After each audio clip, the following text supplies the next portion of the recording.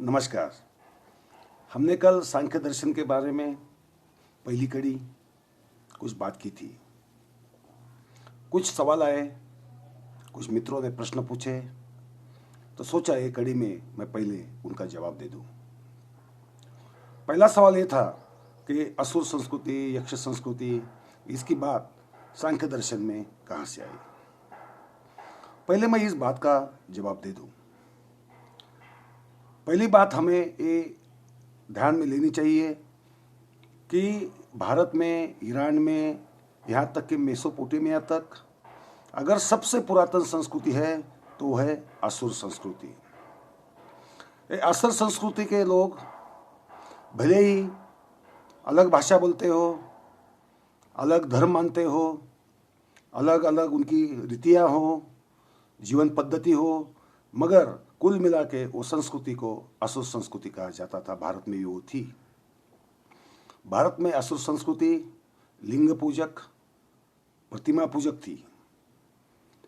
Assyria में भी उसी तरह थी। ईरान में, पुरातन ईरान में अगर हम देखें तो अहोर माजदा के धर्म के पैदा होने से पहले ही अहोर संस्कृति, अहोर धर्म का वास्तव्य था, विकास हुआ था। और यहाँ तक कि वेदों का धर्म पहले असुर संस्कृति से ही शुरू हुआ, बाद में धीरे धीरे वो देव संस्कृति की तरफ चला गया। ये जो परिवर्तन है, ये परिवर्तन हमें खुद ऋग्वेद में दिखाई देता है। मिसाल के तौर पर जो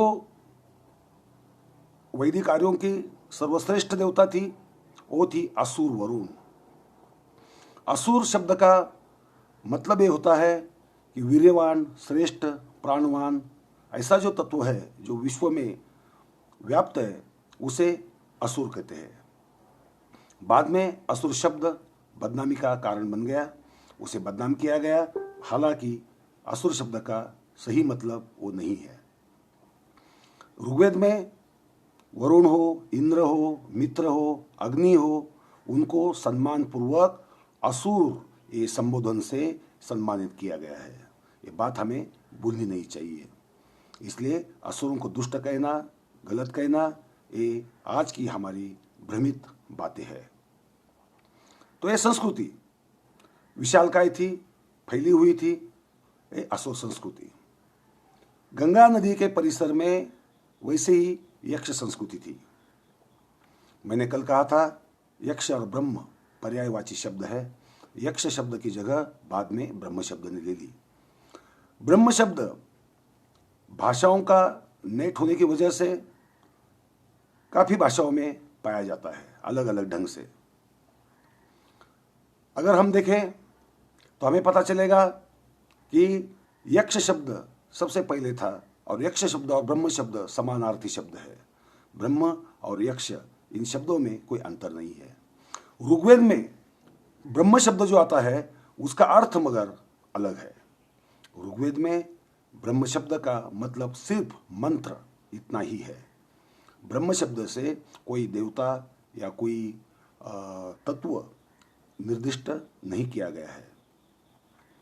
ब्रह्म शब्द उपनिषदों में जो आता है यक्ष शब्द के पर्यायवाची रूप में आता है और वहाँ सृष्टि का मूल कारण, मूल गर्भ, इसी अर्थ में ब्रह्म शब्द आता है, जो पहले शब्द यक्ष था। यक्ष संस्कृति के पुरातन अवशेष है। यक्ष यक्षिणियों की कई मूर्तियां पाई गई है पुरातन। यही नहीं, कई देवताएं आज भी जो हम पूछते हैं, जैसे मारुति हो, वीर मारुति, या कुछ जो देवताएं ज्योतिबा हो, ऐसे जो कुछ देवताएं हैं, ऐसी देवताएं यक्ष संस्कृति की आज की धरोहर है, ऐसा हमें दिखाई देता है। ब्रह्म शब्द उपनिषद में आता है। यक्ष और ब्रह्म वो आता है सृष्टि के मूल कारण के रूप में। ऋग्वैदिक ब्रह्म मंत्र ये अर्थ से आता है, तो यहाँ ब्रह्म अलग अर्थ से आता है, व्यापक रूप से आता है। ये वैदिक संस्कृति से बिल्कुल भी कहीं भी ढंग से कोई भी रिश्ता नहीं रखता है। ये बात हमें ध्यान में रखनी पड़ेगी। ऋग्वेद में विश्व निर्मिति का कारण है वो प्रजापति है।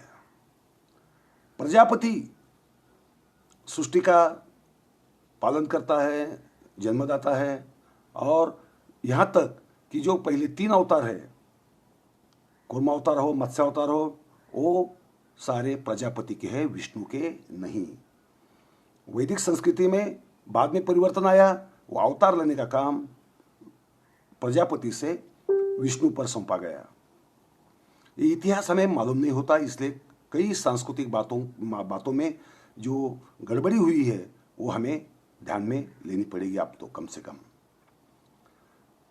दूसरी बात, ये सवाल किया गया कि सांख्य दर्शन अवैदिक है, तंत्र शास्त्रों के आधार पर है, ये आपने कहा, ये कैसे? कल ही मैंने ये भी बात कही है कि कुलस्य तंत्र खुद आदि शंकराचार्य ने कहा है। कपिल मुनि खुद असुर वंश के थे, उन्हें भक्त प्रहलाद के नाती के रूप में देखा जाता है अपनी संस्कृति में। उनका प्रधान शिष्य था, वो भी आसुरी, उसका नाम भी आसुरी है। वो असुर शब्द से काफी नजदीक है, समानार्थी है। तीसरी बात, डॉक्टर सरा जोगलेकर जैसे विद्वान ने साफ तौर पर लिखा है कि सांख्य दर्शन मूलतः जड़वादी था, तंत्र शास्त्र पर आधारित था और अवैदिक था। वेदों के पूर्ण विरोधी सांख्य दर्शन के विचार जाते थे। बाद में सांख्य दर्शन में कई आचार्य हुए। उन आचार्यों ने लगभग 12वीं 13वीं सदी तक सांख्य दर्शन में नया नया लेखन होता रहा। जब वेदों का बोलबाला बढ़ा, वेद मान्यता, वेद परायणता, इसको बहुत ही महत्व मिला, तब वेद शब्द का समानार्थी ये वेद मान्यता, क्योंकि वेद मान्यता का अर्थ ये 4 वेद मानता है, ऐसा हमने नहीं लेना चाहिए। ये 4 वेद जहां जहां वैदिक साहित्य में आते हैं, या रुक, साम या यजुस इस नाम से आते हैं। यहां तक कि अथर्ववेद को चौथा वेद की मान्यता नहीं थी। वैसे ही वो वेद था, मगर उसे वैदिक धर्म में चौथा वेद करके उसे मान्यता नहीं थी। उसे मान्यता तभी मिली जब ऋग्वेद का कुछ अंश अथर्ववेद में मिला दिया गया, तब कहीं जाकर अथर्ववेद को ईसा पूर्व 2री-3री सदी में चौथे वेद की उसे मान्यता मिली। ये जब हम देखते हैं तत्व सारे, ये जो इंफॉर्मेशन हम पढ़ते हैं, देखते हैं, सोचते हैं, उसके ऊपर चिंतन करते हैं, तब ये जड़वादी सिद्धांत जो है सांख्य दर्शन का, ये जड़वादी सिद्धांत की जड़ जो है वो है तंत्र शास्त्र में, क्योंकि तंत्र शास्त्र मूलतः इहवादी है। वो लौकिक जीवन के बारे में ज्यादा सोचता है, इसलिए सांख्य दर्शन पॉपुलर भी काफी था। मगर सांख्य दर्शन की, सांख्य परंपरा की, सांख्य विचारों की बाद में ये वैदिक लोगों ने मिलावट करते हुए इतनी गलत ढंग से उसका प्रचारण किया कि सांख्य दर्शन का जो मूल गाभा था वो हमसे दूर हो गया, और सांख्य दर्शन से दूर होने की वजह से हमारी वैज्ञानिक तरक्की नहीं हो पाई। दूसरा सवाल ये किया गया कि आप वैदिक धर्म अलग क्यों कहते हैं? बात तो सही है, वैदिक धर्म अलग है, हिंदू धर्म अलग है। हिंदू धर्म का वैदिक धर्म से कुछ भी रिश्ता नाता नहीं है, जबकि हजारों सालों से वो साथ में रह रहे हैं। कुछ बातें उन्होंने सीखी है, कुछ बातें उनसे हिंदुओं ने सीखी है, मगर 2 धर्मों का गाभा है, उसका जो चरित्र है वो सर्वथा अलग दिखाई देता है। गीता को हिंदू धर्म का धर्म ग्रंथ माना जाता है, जबकि वो तत्वज्ञान का संग्रह है। ज्यादातर गीता के जो विचार है वो सांख्य दर्शन और उपनिषदों पर आधारित है। उपनिषदों को वेदांत कहा जाता है। वेदांत कहा इसलिए जाता है कि उपनिषदों ने वेदों का ही अंत कर दिया। वेदों का जो महिमा था, जो बोलबाला था, वो औपनिषदिक विचारों से खत्म हो गया, इसलिए उसे वेदांत कहते हैं। वेदों का अंतिम भाग, इसलिए उसे वेदांत कहते हैं। ये जो स्पष्टीकरण दिया जाता है वो सर्वथा अनैतिहासिक, गलत और हमें गुमराह करने वाला है। तो हिंदू धर्म मूलतः मूर्ति पूजक है, शिव प्रधान है, और वो परंपरा सिंधु पूर्व काल से लेकर आज तक हमारे जीवन में चलती आई है। जबकि वैदिक धर्म ये यज्ञ प्रधान है, ये तो सब जानते हैं। आदि शंकराचार्य हिंदू थे या वैदिक थे, ये भी हमें चर्चा करनी पड़ेगी, क्योंकि आदि शंकराचार्य ये शैव थे, वो तंत्र शास्त्र के अधिकारी थे, इसलिए, और उन्होंने जो भाष्य किया वो ब्रह्मसूत्रों के ऊपर, वो ब्रह्मसूत्र भी अवैदिक है। वेदों से ब्रह्मसूत्रों का कतई कोई भी किसी भी तरह का संबंध नहीं है। मगर आदि शंकराचार्य के लेखन में इतनी कुछ मिलावट कर दी गई बाद में, कुछ ग्रंथ जो उन्होंने लिखे ही नहीं थे, बाद के कुछ शंकराचार्यों ने लिखे होंगे, जो आदि शंकराचार्य के नाम पर धकेले गए। हमारे देश में ये परंपरा रही है बनावटगिरी की, खासकर वैदिकों की, कि ये वैदिक लेखक अपनी हर कृति पुराने समय के किसी न किसी महान हस्ती के नाम पे धकेल देते थे। व्यास के नाम पर इतना ढेर सारा साहित्य भंडार है जो धकेला गया है, जबकि महाभारत, वो भी पूरा महाभारत नहीं, जो असल में ओरिजिनली सिर्फ 8000 श्लोकों का था, वो जय नामक महाकाव्य जो सिर्फ 8000 श्लोकों का था, वो सिर्फ व्यास का था। व्यास भी वैदिक नहीं थे, ध्यान में रखिए बात, व्यास भी वैदिक नहीं थे। वेदों से, वैदिक धर्म से उनका खुद का कभी कोई नाता आया नहीं। ये बात हम बाद में सबूतों के साथ देखेंगे, मगर बस आज इतना ध्यान में रखिए कि जैसे व्यास ने न लिखे हुए भी कई ग्रंथ उनके नाम पे धकेले गए, वैसे ही शंकराचार्य के नाम पे काफी ग्रंथ धकेले गए। ये जो शारदा यंत्र था उनकी नित्य पूजा में, वो तांत्रिक था। उनके स्तोत्र है वो शिव पार्वती को लेकर ही है। उनके देवी के बारे में जो भी स्तोत्र है वो नितांत सुंदर, रमणीय और तंत्र शास्त्र की महिमा, उसका महिमान गाने वाले हैं। तो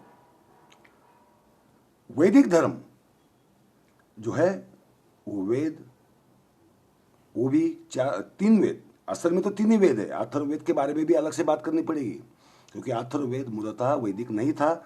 उसमें ऋग्वेद मिला के, ऋग्वेद का कुछ हिस्सा मिलाकर, उसकी मिलावट करके उसे चौथा वेद करके उन्होंने अपनाया।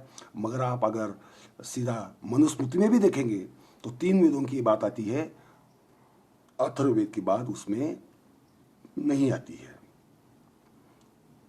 जबकि अथर्ववेद की रचना ऋग्वेद के समकक्ष समय पर हुई थी और वो गंगा नदी के परिसर में ही हुई थी।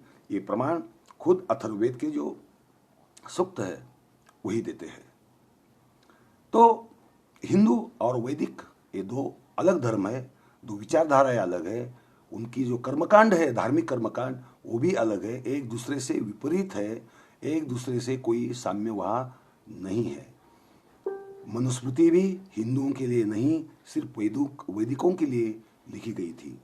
हमारे मित्र संजय क्षीरसागर अभी उसके ऊपर काफ़ी अनुसंधान कर रहे हैं। मैंने लगभग 3-4 साल पहले ही मनुस्मृति का और हिंदू धर्म का कोई संबंध नहीं, मनुस्मृति का भूगोल क्या था, इसके बारे में कई लेखों में विवेचन किया था। वो प्रसिद्ध भी हुआ, प्रकाशित भी हुआ और उसकी काफ़ी चर्चा हो चुकी है। तो हम जो अभी बात कर रहे हैं वो हिंदू धर्म की बात कर रहे हैं, वैदिक धर्म की नहीं, क्योंकि मैं वैदिक नहीं हूँ। इसका मतलब ये नहीं होता है कि वैदिक धर्म का पालन करने वाले, वेदों को मानने वाले कुछ गलत कर रहे हैं, बिल्कुल भी नहीं। उन्हें अपना धर्म संभालने का उतना ही हक है जितना मुझे मेरा धर्म संभालने का हक है। ये स्वतंत्रता सबको है।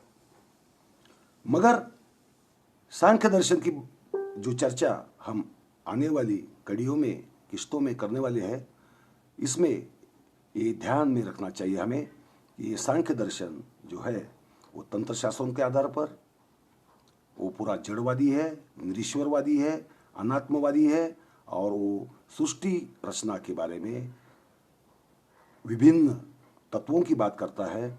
उन तत्वों को हमें आज नए सिरे से, नए एंगल से, नए दृष्टिकोण से देखना पड़ेगा, और उसे हम धीरे धीरे इस मालिका में देखते जाएंगे, चर्चा करते जाएंगे। आपके कोई सवाल हो जरूर अवश्य पूछ लेना।